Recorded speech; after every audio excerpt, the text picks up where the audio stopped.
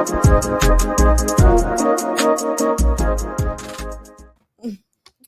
right, Drika.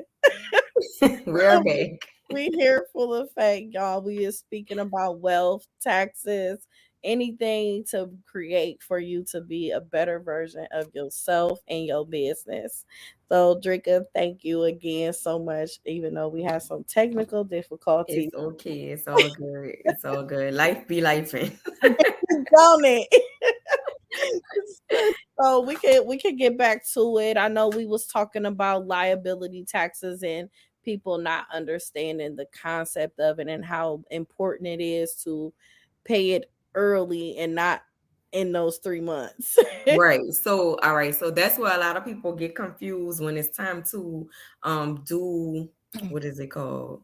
Extensions and, oh, I need to do an extension. If you are getting a refund, you never need to file an extension, right? Because you're not getting penalized. It's only the people that owe. So we need to pay attention to, one, our business structure, two, how we're paying our employees. Because if I'm paying you under the table, if I'm paying you Cash App, if I'm paying you on Zelle, if I'm paying all these ways, and not having a payment processor, then that's going to fall on you as the employer, right? So thinking about, for instance, like school bus drivers, they mostly get 1099. So which means at the end of the year, they're not receiving a W-2. They didn't pay taxes all year. They're filing the income that they receive. So you have to make sure that you're filing your taxes the proper way. If you are spending money out of your own pocket as a 1099 contractor, that's a great thing for you when it comes to taxes. It may not be a great thing so much when it comes to you receiving your money, but when it comes to you paying your taxes, you have to pay attention that you're not receiving a W-2 anymore. You're now a contract employee. So you have to pay attention to that. Especially another thing is, as an employer, dealing with your structure, you have to make sure that you're paying quarterly taxes. Yes. And state level taxes if you sell a product. If you have a product-based business, you're paying taxes to your state every single year. Every single month. And you're paying federal taxes every single year. So those are the three levels of legislation when it comes to taxes. Definitely quarterly, monthly, and federal for state. Federal for annual. So what states do you help people? I help all states. Do you? I help all states. Yes. All they have to do is download our free mobile app, which is Carter Capital PLLC. You'll see my little logos on there on the app. And from the app, you can actually put in your information, upload your documents. You can communicate with our staff. You can book an appointment to have a Zoom meeting like this with myself or any of my staff that are trained by me. I literally run my entire training program based from either at my office, at my home, wherever I am. Literally, I could be at the park. I'm going to pull out that laptop, that hotspot, and get to it, because I just feel like your team is only strong as your weakest partner, right? So if I have any weak links, then that can bring the whole team down. So I always have to make sure that I'm pushing strength, pushing wealth behind my team. But definitely download the mobile app if you're interested in any of our services. Wow, that is amazing. And how long have you been in the business helping individuals? I've been doing it for 9 years. This is coming up on my 10th year this year. Wow. So how could you help someone as far as them building wealth with their business? Because when you're a self-made business owner, you don't have retirement, you don't have all the benefits that you will get as far as working for a company. So the first thing I look at is the type of business it is. The second thing that I look at is what's the end goal, right? Because I already told you earlier, as small businesses or entrepreneurs, we start off in a hustle mentality. So when you hustling, you're not thinking CEO. You just thinking, I'm taking everybody, I'm marketing to everybody, I'm branding myself to everybody, and I'm not niching down. I don't know what my focal products are. I don't know what my high ticket items are versus my low ticket items are. I don't know if I'm doing e-commerce or doing service. I'm doing a little bit of both. I really don't want to be doing any of these things, right? And you're just going in whatever direction your business is pulling you in. And that's not what you want to do as an entrepreneur. So what I do in my mentorship program, I bring you all the way back to start.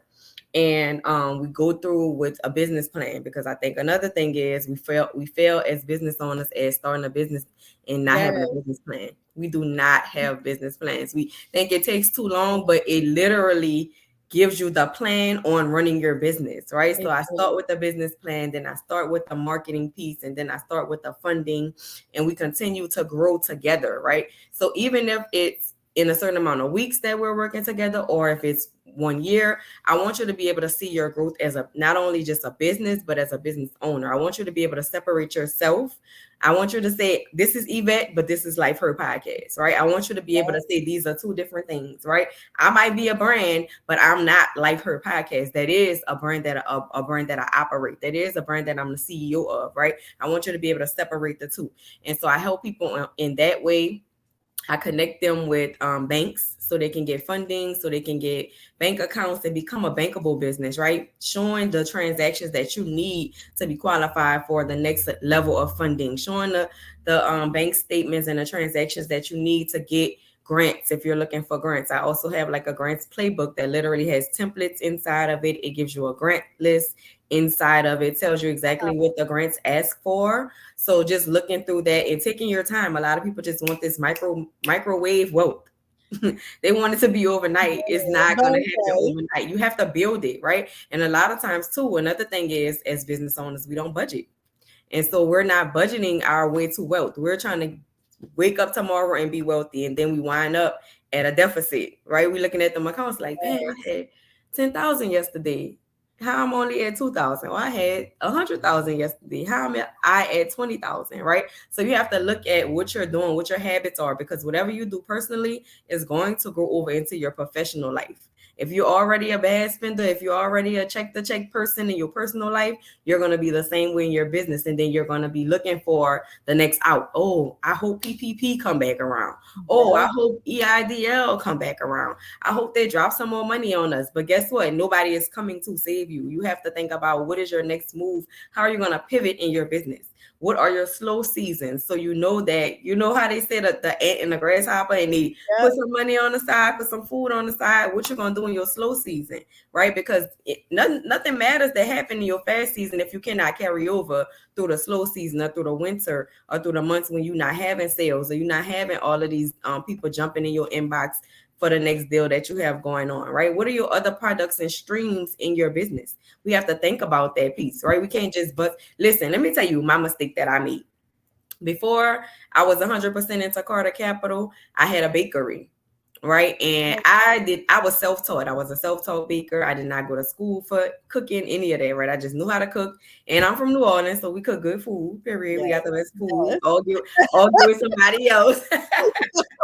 Definitely. So I just started cooking, right? And it was like my ends meet thing, right? I was just like, okay, it's booming, so I'm working on this. And I still was in the hustle mindset. So I had my taxes going, I had my bakery going, I got a building, I started a whole eatery and all of that. Hire people, me and my business partners, we rolled it. And I was like, okay, I really don't want to be materially invested to make my money anymore. So I had to find a plan to pivot 100% into Carter Capital, right? So you can have a few different things going on. Even if they're doing well, even if their business is successful, it's okay to close one thing down to focus more on another thing. And I think that we don't do that enough. I think we just, oh no, I have too much pride. I'm not closing my business. What people gonna think? What people gonna say? Who am I letting down? Listen, you letting yourself down every day that you're not following your dreams and putting 100% in every single day. Yeah, that is so true because when you start something and all that, some people be like, "Oh gosh, she ain't last doing that." I knew that, and it's a lot of most of the mindset of being a business owner is not caring what people say. Yes, it's not. Um, to a certain extent, when you have failures, and a lot of people need to understand when you fail in your business, pay attention to what you failed in, so you won't make that same mistake ever again. But it's normal for people to Yeah. fail in their business. It's normal when people lose their business. It's Mm-hmm. just normal. But a lot of It's times, okay. Just fail forward. exactly. Exactly. And you can always pick up into the same business, or you could create something new. So when people get in the process of failing in their business, um of course you lose your business. Mm-hmm. What do they have to do with the IRS and their taxes when they come to that point? when they're not able to go further on to the next year? Okay, so you first need to dissolve that business with your state at the state level. The same way you registered your LLC, you will go in and amend and dissolve that business. And then when you go to your tax forms, whatever, depending on what structure your business is, if you have an LLC, single or multi-member, you're going to file a 1040, which goes on a Schedule C. And you will file it normally, file the losses that you had on that business, file the income that you made on that business, and all of the expenses, etc. Any depreciation or any assets that you sold on this business will need to be reported as well. And then that will be the final year that you file taxes on that company, because that EIN number is no longer registered with the IRS because it's dissolved with the state. Yes. So a lot of times people have a struggle within the first 5 to 10 years owning their business. And a lot of times they put into their own funds and go into their own money. You gotta spend their own money. I'm one of those people that I was one too. Guess what? I was one too for a very long Yes, I was one of the people that done it, and I still do it sometimes. I ain't gonna lie, I do. But what are different ways for people to avoid that, as far as them having a business plan, getting funding for their business, or even establishing their personal and business credit to be able to get the things that they need to fund their business? Okay, so the first few things that you need to know is, when you are looking to get your business funded, it has to be structured properly. I keep saying that because it's literally a matter of, okay, you checking off this box, but you really don't have that, right? So for instance, let's go with a LLC. You have an LLC? Yes. So let's use you for example. You have an LLC. Do you have a business phone number, like not a cell phone number, but a toll-free number? Yes. Okay, so you have a toll-free number. You got your LLC. Of course, you have an EIN number registered with the IRS. Of course, you have a website, a domain that you own that shows what your business does, your refund policies, procedures, your shipping policies, right? So nobody's not disputing saying, oh, they never shipped my stuff, when your shipping policy clearly says processing time, shipping time, right? They're not reading, but that's not your fault. So we have to have those things in place, because now you're looking for credit. You're looking for somebody to lend you money, but we have to know that you're responsible and reputable, right? So when when the creditors are looking at these businesses that are applying for either business credit or funding, they're going to ask you these questions. And it goes back to having that business plan, number one, because the things that you're going to answer on your grant applications when you're applying for funding is already in your business plan. What is your mission? What is your vision? How are you going to use these funds if we allow you to win these funds? How are you paying taxes on it, right? So literally I give you a budgeting sheet within my grants playbook that tells you how to budget out and map out the money that you're seeking funding for. You cannot go sit down at a bank. I cannot come to Yvette and say, Yvette, I need to borrow $200,000 without a plan on, I'm going to make this $200,000 back within 2 months. I'm going to give you $250,000 for the 200 you gave me within a matter of 4 to 6 months. I have a concrete plan, and I'm breaking it down that I'm going to flip this money, invest in my employees, invest into some guerrilla marketing, invest into some billboards, et cetera, and my return on investment is going to be $800,000. So I'm able to give you interest on top of the $200,000 that you just let me borrow, right? So we have to look at it like that, right? These people don't know us at all. All they're doing is looking up our credentials that we're saying that we have on these applications, right? And if I look in the computer and you saying you made X amount of dollars, and I say, okay, shoot me your bank statements, you should be all good. And I see your bank statements and you have 0 transactions coming in or out of this account, you're not bankable, right? Because you don't have any transactions going on. They're not seeing any income coming in. They're not seeing any payments going out. We don't see any creditors that you owe on here, or, in or out, right? So just thinking about that. It's Felicia in here. How's she getting here? Is she supposed to be in here? She's watching. Oh, she usually have to watch on the out, like on YouTube. I'm like, wait a minute. Well, we can keep going. Felicia, you get VIP. My bad. But yeah, so basically having all of those things in place, like having your DUNS number that you get from dnb.com, having your bank accounts. I always tell small business owners, even if you're just starting out today, to have three accounts per business, right? Two business checking, one business savings. The two business checkings, one is going to be for income, one is going to be for expenses. The one business savings is for your, like you were saying earlier, 401k, your IRAs, your savings, the investments, the trips that you're planning on going on from your business income, right? The pop-up shops that you're planning on being in, the brunches and networking events that you're planning on going to or participating in. That's what your savings is for, right? So you have to think about, what are you going to do next year? So I know for me, for example, Invest Fest, that's something that I have to put in my savings because I know I want to go to Invest Fest. I don't want to miss it. Circle of CEOs, I know I don't want to miss it, right? I know I'm not missing Toronto, I'm throwing that, right? So things that I know that I want to be at has to be in my budget. So if I got to miss a couple of Sunday brunches to make this international move for my business, that's what I'm going to do. If I have to put a percentage on the side of anything that I make from this business into my savings, that's what I'm going to do until I get to the level that I understand I can take this out on the side. Yes, because as far as like being a business owner, I have a daycare center as well. Mm-hmm. Oh, awesome! So like having that, girl, I mean it's a lot. That's why the compliance with the daycare. Ooh. Yes, it's a lot that comes with it, and people don't understand. Like I had about 25 staff. Mm-hmm. And sometimes people don't know the ins and outs as far as you doing the groundwork, as far as the finance portion of it. Right.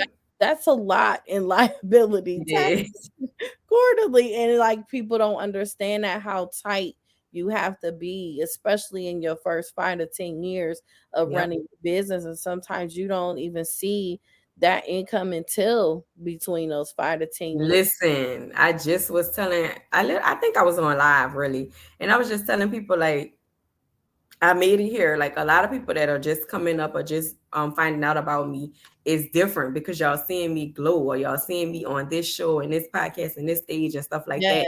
But y'all didn't see all of the years when I was in the library teaching 2 people, or y'all didn't see when I was on Zoom and I had 78 people signed up, or 7 or 8 people joining a Zoom when I'm teaching. And then 78 people calling me mid-tax season saying, hey, I missed training, but can you help me now? Right. And I got an office for the clients ready to get their taxes done. But then I have tax preparers that I feel obligated to teach because, of course, they paid me in the past, but they didn't show up. You know what I'm saying? They don't see that. So same thing, similar to your daycare experience. People don't see the lows or, the woes in business. They just see all of the highlights or all of our great moments that we post and we brag on. But we just be fighting with the punches, right? We just keep on moving. You got to, because you gotta keep things up as far as your marketing and everything, because you are trying to reach that goal where you're going to go, and you're legitimate. You are making progress. You showing it.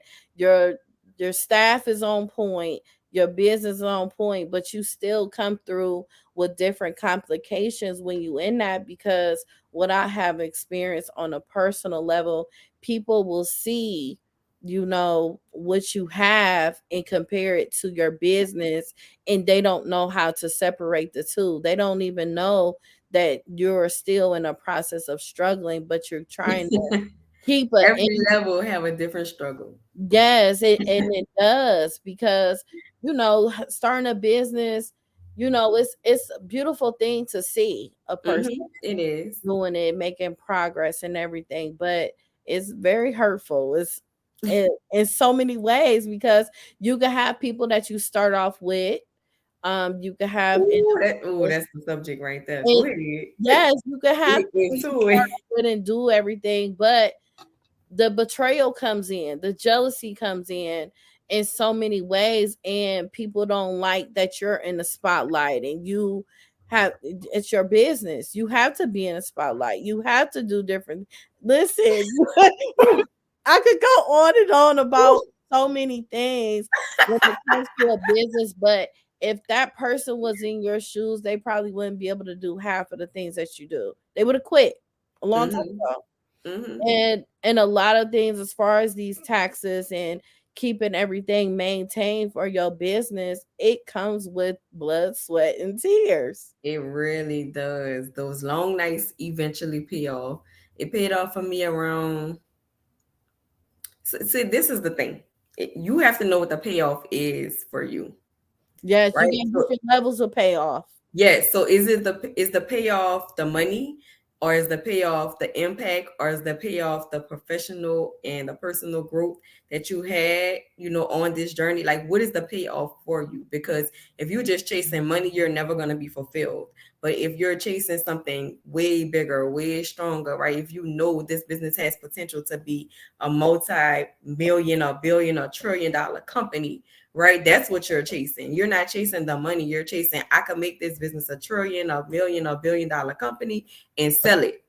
Mm-hmm. That's another form of generational wealth that people don't think about, right? When you building a business, they just like, I'm making all this money for me, my family straight.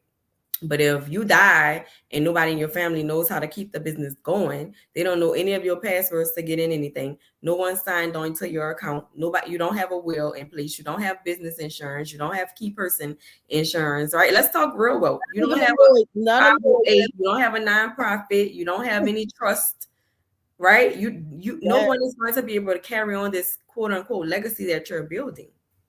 yes. That So is we have so to true. think, you have to really think, like, it's not just about a freedom number, but what type of freedom legacy are you building? Are you going to pass this business down to your kids and they're still going to have to be workers of this business? Are Mhm. they still going to have to go pursue another career because they don't really know how to do this, or don't even really want to do this? Yes. And one of the lucrative things that I've learned in the past, I will say during when pandemic started, what Mm-hmm. I've learned is not having such a basic life insurance policy, having a Mm-hmm. whole life insurance policy when you can have a bank of your own on Mm-hmm. the side, and for you to be able to have interest with your money going into that bank, and then you will accumulate so much Mm-hmm. wealth for yourself and your family. If you get sick tomorrow, you have maybe example $300,000 of movement for when you are Reserve. severely Mm-hmm. sick, and you're able to have those expenses covered because you Yep. have paid all of this already. And a lot of people don't know that. And a lot of people, they rather spend money on a Louis bag or something like that instead of actually getting this simple insurance policy or paying on 30, a 40. lawyer and everything for you to be able to see everything in the end, for you to be able to do things. So like, I don't know, it's really sad, honestly. It's really sad, but Yep. however, we have so many people with valuable information like yourself that is teaching people the proper way to actually come through on a business, so they'd be able to see so much and just sit on their tail when they older. Exactly. The whole reason for us being entrepreneurs is for us to obtain freedom, right? Yeah, You don't want to work 30 years, 40 years, 50 years, 70 years in your business and can never afford to enjoy the fruits of your labor, right? You exactly. don't want to work all the way until your dying day and then your business dies with you. You Yes. have to really sit down and think and really have that uncomfortable conversation with yourself, have that uncomfortable conversation with your family, and let them know, hey, if this happens to me, knock on wood, God forbid, whatever you got to say, right? But if this happens to me, I want things to be in place. This is how I want things to go. This is how I want my money to be distributed to my children, my spouse, my parents, whomever you're leaving your money to, right? This is who I want to be in charge of my business. If they're not ready or qualified, I want them to hire somebody that has these qualifications. You have to get real specific. Just like you have a business plan, you have to have a business contingency plan, meaning how would this business continue after the CEO's demise or death? Yes. The You same. got to keep a certain amount of stake into your business as well, right? I know a lot of people have either 100%, but if you have a partnership, you got to decide, is it going to be like 70-30? Is it 51-49? What is it going to be? And how is that going to affect your business if your partner dies? If your spouse dies, if your business partner dies, like how is that going to affect your business? How is that going to affect the business contingency? Is the partner's family going to try to fight you for the business because they think that the business is making X amount of dollars and the business might have been failing?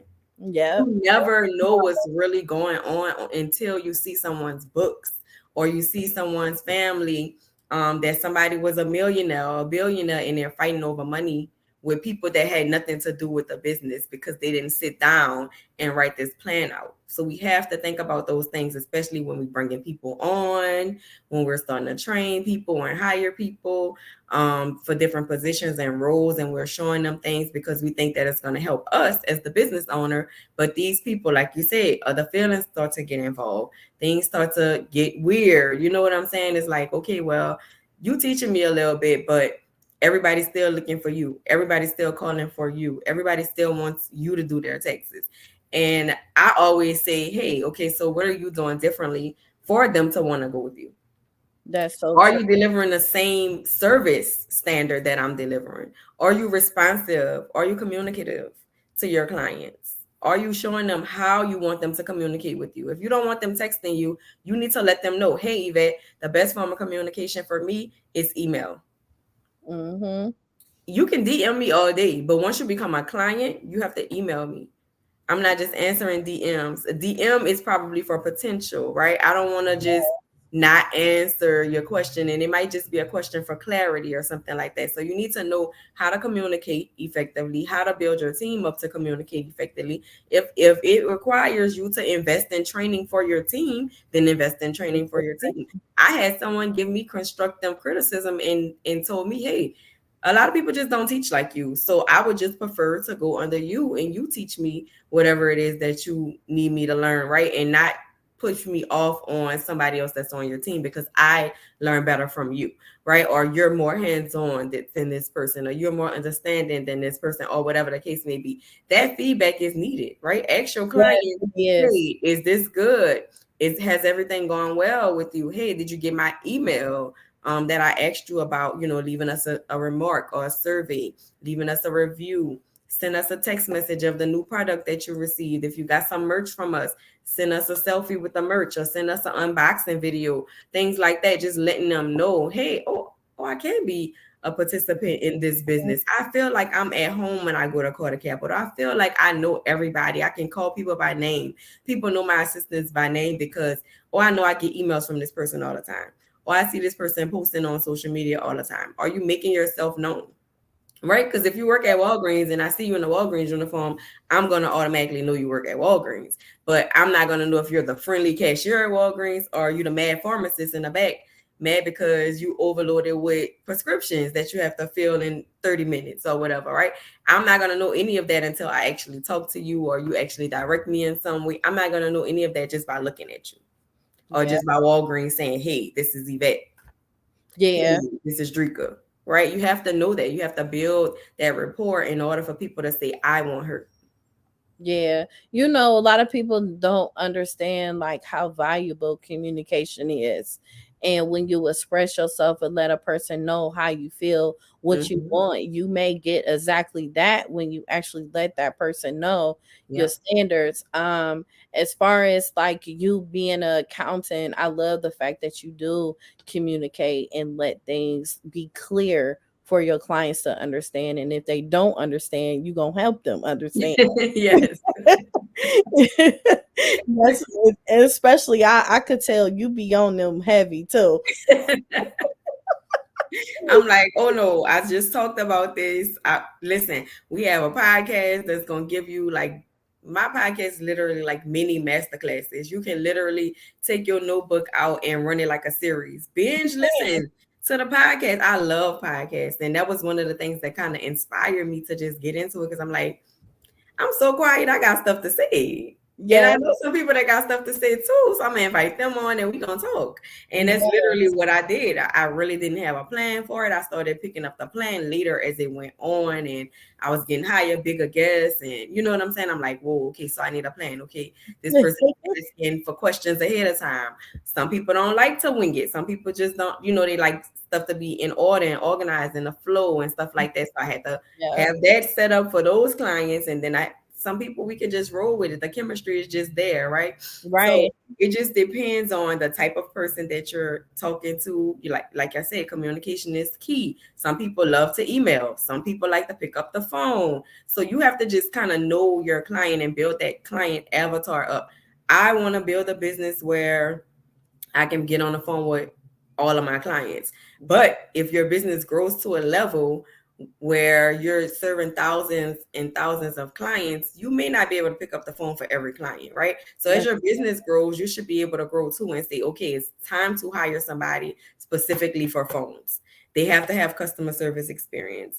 They have to have data entry experience, because I want notes, detailed notes on what happened during this conversation, right? Was it good? Did it go left? Did the person disrespect you? I need to know, because disrespect is not tolerated over here, right? And so on no end, right? Not from the client's end and not from my employees' end. I'm going to handle it, right? Right then and there. I'm not going to pick sides. I'm not going to be biased. I'm not going to say, oh, well, I know my employee did. No, just like the big companies, guess what? We record our conversations at the hello. Yes. Right? So we already know that my emails are going through there. There's communication. My phone calls are recorded, so I can send you this call and show how you was already irate when you called. Mm-hmm. Or I have text message marketing that goes in and out. Clients can text us back and forth. They can enroll in our programs through text. And then, of course, we have our website that explains all of our programs, services, and products. But absolutely, communication is the key. It is. Like, literally, I told my virtual assistants when I first hired them, I said, please, I say this is my pet peeve, y'all. Please do not say, okay, you own it or you understand something and you don't. Because I can literally stop right here and explain it further, or we can do some examples. I want to make sure that you have it before saying, oh, they got it, and just throwing work on you. Mm-hmm. Same thing with taxes. I want to make sure that we have gone through at least 40 to 60 practice returns before you're out in the field with the real software and promoting that you're an expert. You're not an expert yet. You just started. You might be registered or certified, but you're not an expert until you've done this enough times that you can articulate it well to your client, no matter the situation. And that's where I am. Even me being an expert, I'm still learning every single day. Oh yeah, for sure. Every single day, I'm like, whoa, okay, that's new. That's good though. So tell me, you also help your clients and whomever that will Mm-hmm. come in, you help them with establishing their personal credit and business credit. Can you let us know about that process? Absolutely. So my personal credit program is a 3-month program. It's $525. What we do is not only just take all of the negative items off, because if I do that, let me explain to you what happens. No credit is bad credit. Bad credit means you're going to be paying higher interest. It means you're going to be denied. You're going to get a whole bunch of inquiries for stuff that you're not getting approved for, right? So we need to find out what's the root of the problem. Do you have negative items on here?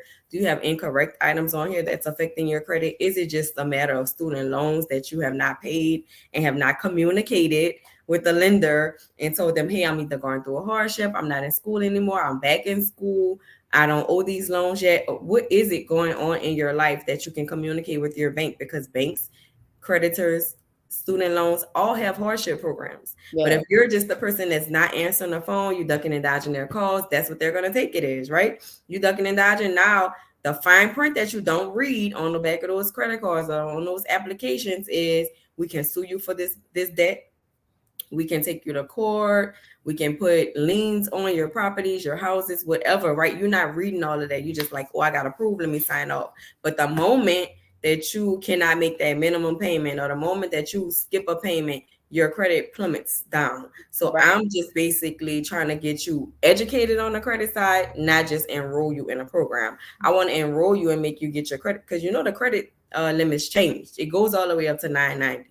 It doesn't stop at 850 anymore, right? So people thinking, oh, I got a 600, I'm still good. Oh, I got a 500, 580 or whatever. A lot of lenders and realtors say you can get a house with a 580. You can, but you're going to have a higher interest rate. You're not going to qualify for certain programs that higher credit limits do qualify for. So I always just, educate people around the Yeah. different scenarios of why you want a higher credit score. 600 is average now. It's not even good anymore like it used to be, right? On a scale when it was like 3 something to 850, you were still good at a 6 because you're like median. Okay. But now you have to be at like a 7 or above to even say I have good credit. You know what I'm saying? So I always tell people, just think about, if you cannot afford to purchase it, do not swipe that credit card for it. That's so true. If you can't afford to purchase it right now today, like I would literally swipe my card today and go pay it off as soon as it stops pending on my credit card. That's using it responsibly, or paying most of it down and leaving a little bit on there so I can show some utilization, right? So Yeah. just playing that game, because it's a paper trail game, right? So just playing that game of making sure that you're able to put money in, swipe the money and pay it back responsibly. You know what I'm saying? So just thinking about it that way. And okay, Yvette loaned me $200. I'm gonna give Yvette $220 back Girl, that part. within a certain amount of time. So just leveraging that is what you're doing when it comes to personal credit. Yes, that is so true. So what about business credit? Because it's a difference in that. And a lot of people sometimes they either apply for business credit with their social security number, Ooh. and some of them even apply for business credit with their EIN number. So you can apply for business credit. Now, the only thing I would say is, if you have a great personal credit score, you can PG a lot of things for your business and you can leverage it faster. If you're in a struggle level with your personal credit, then you need to make sure that your business is structured in the right way. So meaning you have to have a commercial address, you have to have that LLC, that EIN number, that DUNS number, that website, those policies and procedures, a business address. If you're a home-based business, making sure you have a virtual address or a commercial address. So if you have an actual storefront or office front, that's a commercial address, right? But if you're at home and you're a home-based business and you're trying to get that home-based tax deduction and all of those things, you don't want your home address plastered all over the internet, where clients can find out where you live, where creditors can find out where you live. You got to go ahead and secure that virtual address, which helps you show up as a corporate entity. Yeah. So you're showing up as a bigger company to them, and they're like, oh, okay, I see Life Heard Podcast headquarters is XYZ, right? They see your name in lights when they find your business, when they Google your business, right? Having that Google My Business 411 profile, having a Manta profile, a Yelp profile, right? Letting people know that they can find you on all of these different platforms. There's reviews here to show that your work and your integrity in your business is, valid, right? The validity of your business is there. Just showing people those different things and components of your business. That is what the creditors are looking for. If you are applying for a business credit and you have your social security number on there, you have your home address on there, you have a cell phone number on there, you're most likely going to be declined. Yep. Because it's all about your business. They don't want to know anything about you unless your business credit has not been established yet. So most of the time people start with what we call net 30s, meaning that you would order something and they give you 30 days to pay it back. So business credit is easier to establish than personal credit. Personal credit, you got to do the back and forth a little bit sometimes. And if you already messed it up, you got to come back and try to correct some things, get those old addresses off, dispute some things that you may have paid off and it may still be sitting on your credit. Some things by law may not supposed to be on your credit, such as medical bills, right? And there's some laws that protect you as a consumer, but you don't know them. So that's when you hire professionals to help you and come in and change some things or change your situation for you. But definitely business credit is great. There's tiers 1 through 8. So our business credit program is also 3 months. We literally set up your business credit profile for you. All we ask is that you have your structure already. If you don't have a DUNS number, that's no big deal. We can get the DUNS number as well for you. But it's a 90-day program. And you pay monthly or you can pay in full. It's completely up to you as the business owner, what your budget says. And we set up all of your net 30 accounts. From net 30, we move you up to tier 2. We start to get you gas cards. We start to get you approved for SAMs and all of those other things. Or sometimes we'll tell you, okay, you can go into this place and apply. And when you do get approved, come back, show us the results and things like that. So we do a lot of it on our end, but things that you're able to do, we give you that responsibility and say, oh, Yvette, it's time for you. You've graduated to tier 2. Go ahead and apply for that Sam's card. Go ahead and get that Floor and Decor, that Lowe's, that JCPenney. Now you can go ahead and apply for a corporate apartment and get your Airbnb business started that we talked about a few months ago. Right now, you can go ahead and get that biz, that G-Wagon in your business name. Go talk to XYZ at Benz, right? I'm gonna send you literally the plug and say, go ahead and talk to this person at this dealership, whether it's for, or you're trying to get a trucking company started. Okay, here's where you need to start your fleet at. Go here and go talk to this person, and we need to set up this. Go to the DMV, get your numbers done, and all of those things, right? But just literally putting you in the right direction for the funding and making sure that when you leave our funding program, you have at least 12 to 20 accounts already set up. Yes. So for your business program that you have, how much is that one? That one is $3,000. We also have a business credit accelerator course where I literally walk you through how to fill out the applications, and that's only $500. Okay, that is amazing because we had a few people asking how much did that cost. Yes, it's $3,000, so it'll be $1,000 a month. Okay. From a lot of people, could you share one of the testimonies of individuals? Because I have a lot of business owners that do watch the podcast a lot. What is some of the testimonies that you have helped them as far as their business credit and them being able to have lucrative things and making sure everything is in order for their business overall? Because you can't just have a LLC and an EIN and expect business credit tomorrow. You got to have things behind that.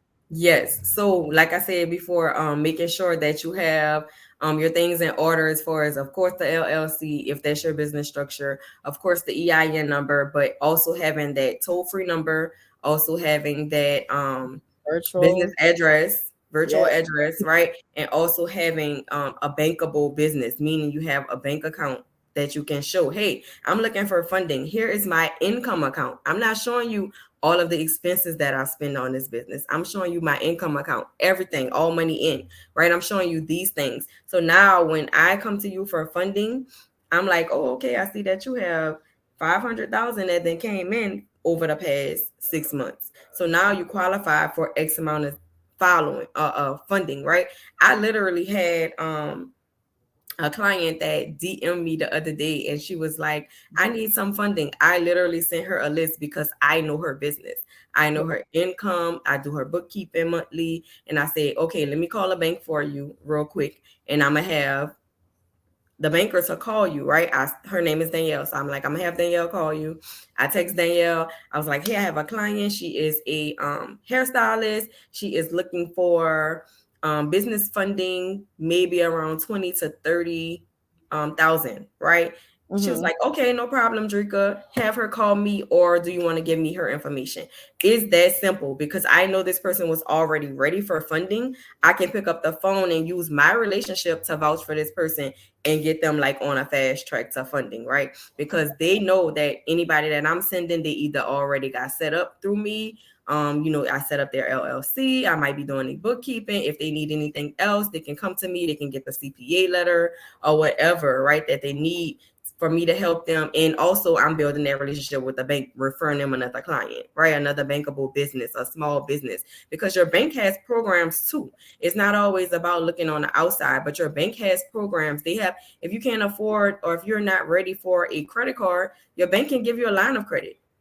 It's just like a credit card, right? But you're just pulling that money from your line of credit and putting it into your bank account, and you can pay that money back to, through your bank account to your line of credit. Literally, you're just swapping the funds. It's like transferring money, but it's building your credit up. And so one of the things that my favorite bank is Fidelity, and that's here in Louisiana. And so I always tell women to definitely go to Fidelity Bank, especially if you're in Louisiana, and get a power account and build that relationship with the bank. They will literally have you on their directory. So if anybody is looking for your services, they can find you on a bank directory.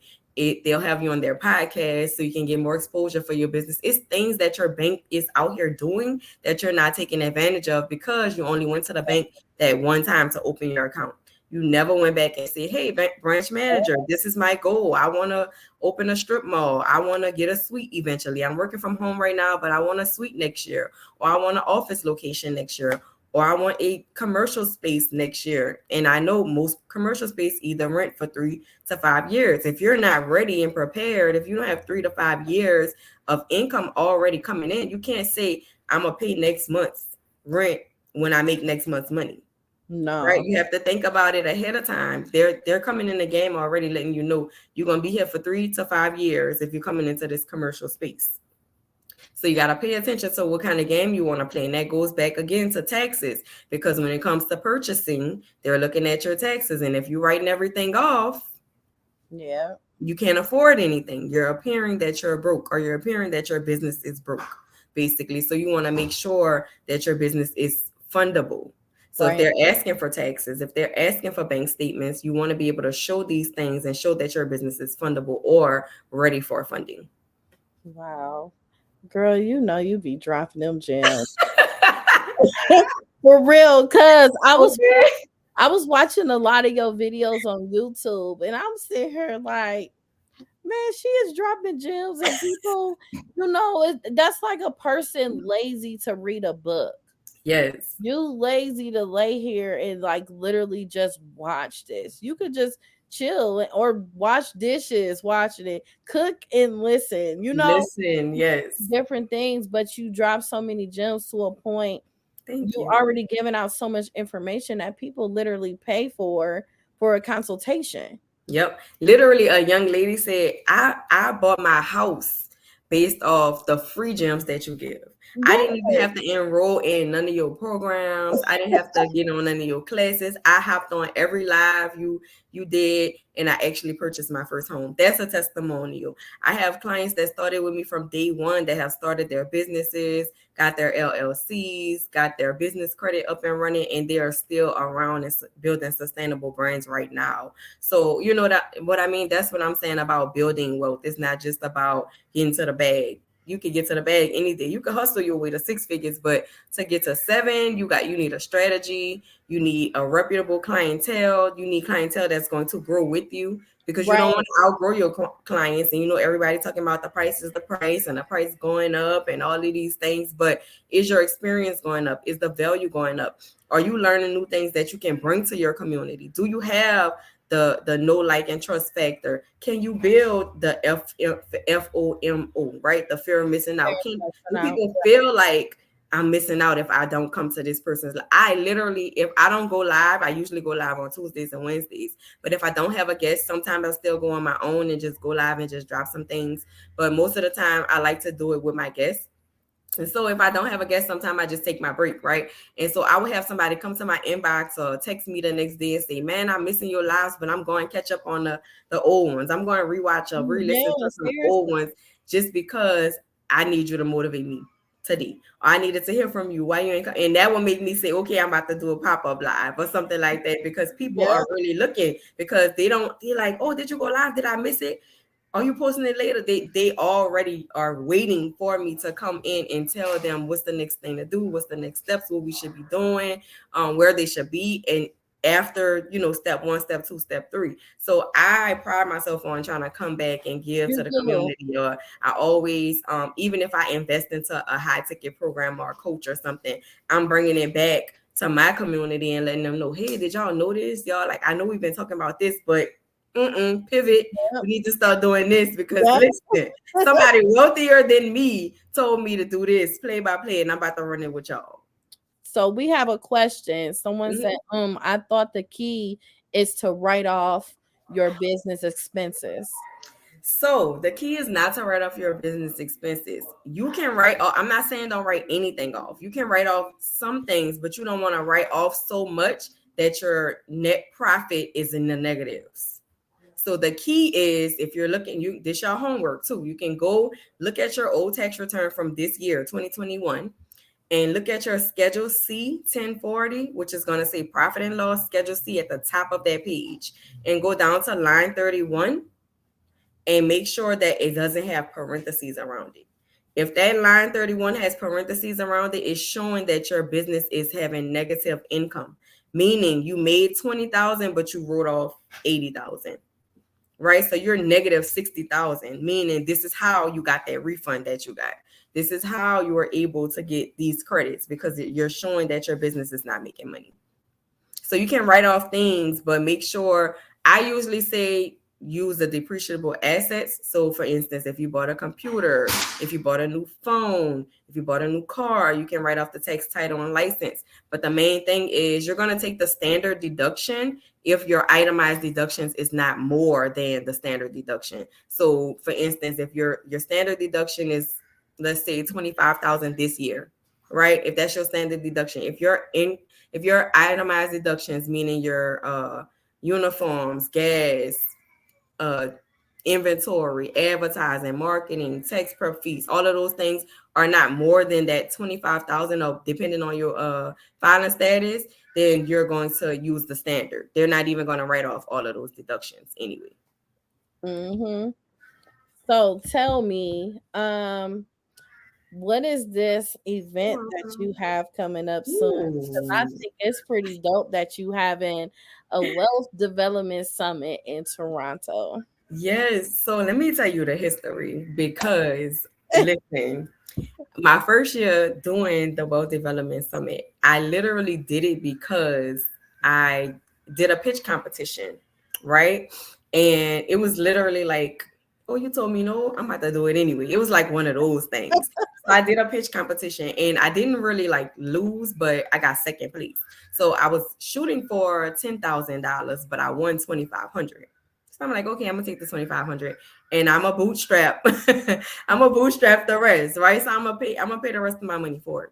So that's what I did. I rented out a huge mansion. I rented out a charter bus. I had everybody meet up at a remote location, hop on a charter bus. I had booked photographers, videographers, insurance lady, the bank, Fidelity Bank came out.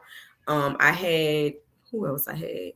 Myself, I had my marketing team, Iconic Minds. I had my brand manager at the time, Innovative Campaigns on a panel. I had my brand designer, like see this backdrop right here, she does all of that. Nice. The Viva brand, she was there. I had who else I had? Duplessis Digital was there for the first year. I had a whole bunch of people there talking about marketing, branding, the importance of it. Listen, for a startup business, imagine being in a room with all of these people, and it's like, man, I'm getting all this. It was like information overload. They got 3 square meals a day. They get left with headshots, professional photos. I told them to bring changing clothes, because y'all are gonna leave here with professional photos. Y'all gonna leave here with y'all own commercial that you can use and replay and run ads on and make money. I'm literally giving it to you. It was completely free. Wow. That year. The next year, I said, I inboxed, I text my team. We had a whole group message. I said, y'all, next year we taking this thing on the road. So year 2 was Texas and Tennessee. We went to Gatlinburg, Tennessee. Same concept, but we had a few different speakers there. That year, we invited somebody for life insurance, because we realized as business owners, people are, ignorant to it. We just don't know about it. And so I thought that was an important component. So I invited Trellis from Atlanta, Lady Finance, if y'all know about her. But she came in and spoke, lit the room on fire about life insurance. Got a couple of people signed up for life insurance. Got a couple of people signed up to even start selling life insurance just from the Wealth Development Summit, right? And so at that time, it wasn't really called a Wealth Development Summit. It was just in the making. We were literally, the concept was to go to places that start with a T and call it Texas in whatever. So that year was Texas in Tennessee. And that was like a 3-day event. We literally rented out the entire hotel, had everybody there. I had a makeup team there. I had some lady. We did yoga every morning. Wow. We had nightlife. We drank moonshine. It was literally lit. Like, we had fun. We learned, and then we still turned up. And so the following year, we was like, okay, I was like, listen, we're going to continue to take this thing on the road, but we got to go big, y'all. Like, I ain't even know, for me, it's just something that's like in me. And I'm like, we got to go big. Y'all down or y'all not? Because I'm going to do it regardless, but I just need to know if y'all with me. And so they was like, yeah, I'm with you. What we doing? So I'm like, all right, We going big. We going to Tulum. So that was this year. We took it to Tulum. That was year 3. Of course, the same people were on the panel, but I got into Airbnb, and so I started to I invited my Airbnb coach. So we were able to bring our Airbnb coach to Tulum to teach people how to get their own Airbnbs. Left Tulum within 2 weeks. About 5 to 7 people had new Airbnbs. So coming to this event helped you start a whole new stream of income. No matter what you were doing, you started a whole new stream of passive income doing an Airbnb.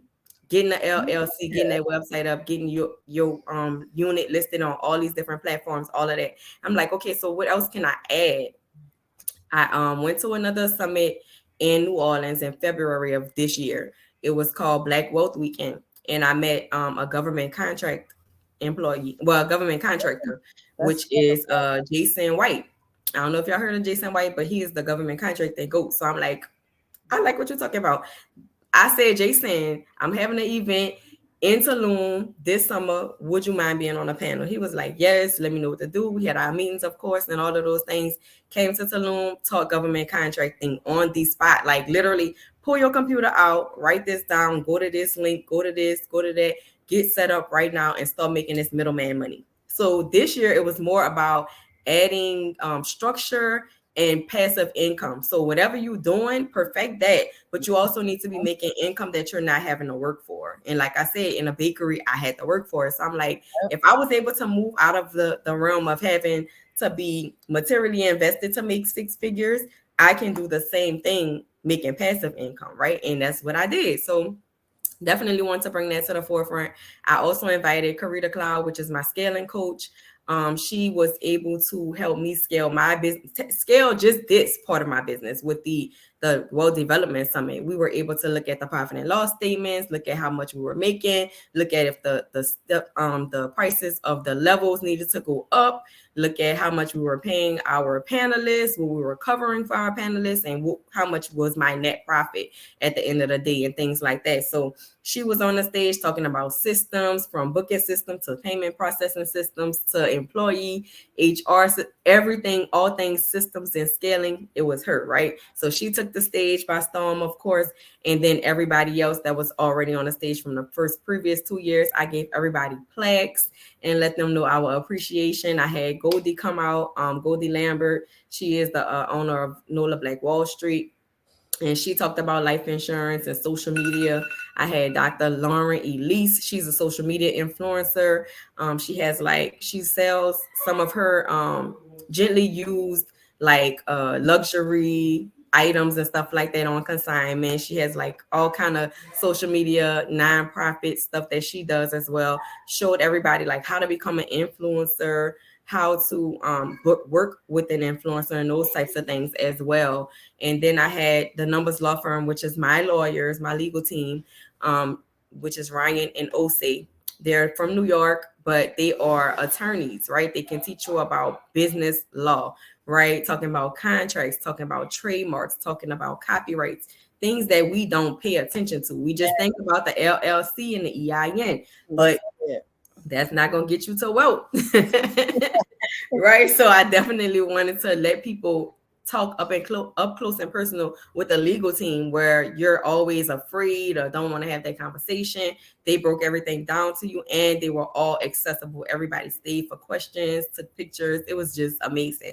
So this year, our panel is a little bit smaller, and so is our group. We're only accepting 20 women and 20 men. We have 4 panelists. 3 confirmed right now. I'm waiting on one more guy to confirm, but I will announce the speakers. Of course, Justin is coming back. Karita is coming back, and because they were most requested. So Airbnb, Justin, Karita, systems and scaling. And then, of course, myself and my husband talking about wealth and wellness. He's a trainer and also a trucking company owner. So we're going to be talking about some of those things, like how to get in the trucking industry, how to get in the Airbnb industry, how to scale and systemize your business, more government contracts. We're not bringing Jason back, but we're bringing somebody else in the government contracting realm back. And we have 2 levels. One is just the general admission ticket level. And then we have the all inclusive, meaning your flight, your lodging, your stay, your meals, all 3 days of the conference. It's going to be carnival time out there in Toronto when we go. So we're going to experience that. We're going to go to excursions, of course. Like if you just search the last 2 years, Texas and Tennessee hashtags on social media, you'll see all of our pictures, the red carpet interviews, all of those things that we had in place. If you search Texas and Tulum hashtag, you'll see everything that we did this year. Like we did ATVs. We just get into everything that whatever city or state that we have to go to, we get into whatever they have to offer. We did nightlife. We had sections. We was popping bottles in Tulum. We got right back up and got on this computer and listened to everybody that was on that stage. It literally was like the trip of a dream. It was nothing like just work, and just sitting there listening to a conference and then go and explore the city on your own. Nope. We literally had everybody all together. We did rooftop parties. Like it's so much fun. Just go look up the hashtags and you'll see everything. Wow, that is amazing. That is really dope. See, you doing it, girl. Thank you. You got to tell where your blessings come from too. It's just the fact of helping people. It is. Yes. So can you let people know how to contact you, how to be able to even become their accountant or help them with business credit, whatever, because you do a lot to help individuals get further ahead in their personal life and business. Absolutely. So the best way would be to download our mobile app. We have giveaways throughout the rest of the year going on only exclusively for people who have downloaded our mobile app. Our mobile app is Carter Capital PLLC. It's available on Android and Apple. And I'm going to just show y'all what it looks like. Okay. So, of course, my logo is on it. And it's going to ask you for like the disclaimer. Oh, I'm moving away. All right, this is our app. And it's going to show you if you want to file your return, if you want to contact us, book an appointment, or just see our staff. You'll be able to see our lovely staff and their pictures here. And scroll down, you'll see everybody on here. That's like my COO, my director of operations, my credit operations manager, and so on and so forth. That's one of my assistants. And then everybody else is credit or tax professionals that can actually help you. Another thing on the mobile app is once you click these 3 lines at the top, you can definitely check your where's my refund. So if we filed your taxes, you can go here and check on your refund. Just like on the IRS website, you can check on that. You can submit additional forms on here. You can book any of our, you can follow us on social media. Just choose follow Instagram, Twitter, LinkedIn, whichever. You can join our free Facebook group, which is Carter Capital PLLC. It's a Facebook group. We drop gems in that every single day on business, credit, taxes, personal credit, or just business in general. So we definitely drop gems there every day. If you need or interested in bookkeeping, business credit, or enrolling in our college courses, you can do all of that from the app. If you want to call or text us, you can hit us up at 855-446-5050. If you are ready to purchase any merch, books, or anything like that, you can go directly to our website, which is also cartercapitalpllc.com. So whichever way is easier for you, you can definitely go about getting in contact with us that way. If you just Google Carter Capital PLLC, all of this will still pop up because you can Google us, okay? So everything will pop up. Some of my old interviews will pop up. My bank directory page will pop up with Fidelity. My website will pop up. Our mobile app, our Instagram pages, all of those things will pop up. And I do have my new website, drickamcarter.com. It just launched. So if you want to work with me as a mentee, mentor, one-on-one or group, you can apply for one-on-one. You can just pay to be in a group, and that is $50 a month. So if you just want access to me, we have courses in our group that have experienced professionals come in and talk about certain things that we need, such as life insurance, such as content, such as business insurance, taxes, credit, business credit. I drop ebooks and files and stuff like that. Sometimes I drop grant lists in there, and then you can just use my grants playbook to apply for the grants that apply to you.